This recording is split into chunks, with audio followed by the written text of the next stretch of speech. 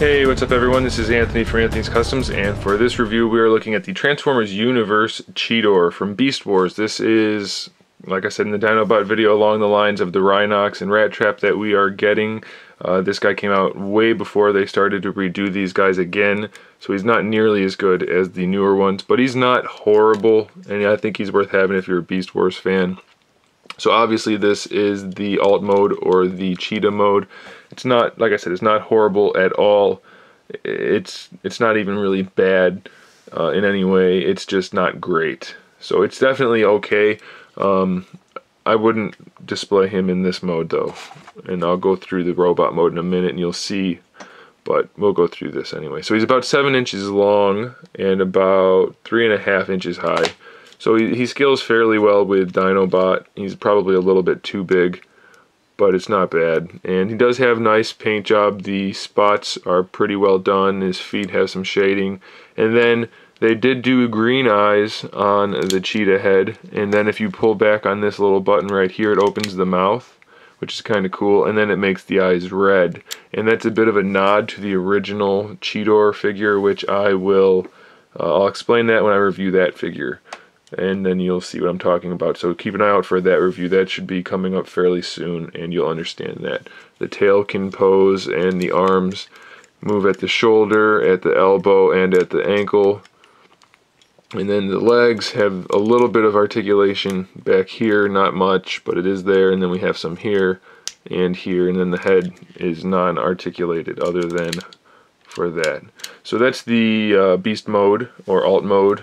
And let me get him transformed and then we'll talk about the robot mode.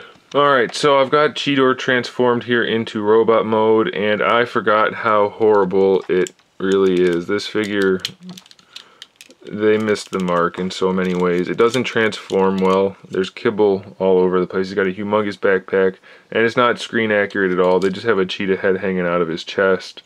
The arms are horrible, the legs are horrible, there's really nothing good about it. The face sculpt is a little bit more accurate than the original toy, but oh my goodness, I forgot how bad this was. If it wasn't for the fact that they're probably not going to redo it, I hope they do, but the fact that they're probably not, I wouldn't even have bothered buying it. I can't recommend it, it's really crummy. The head is on a standard swivel, ball hinge shoulder with a bicep swivel, single hinged elbow.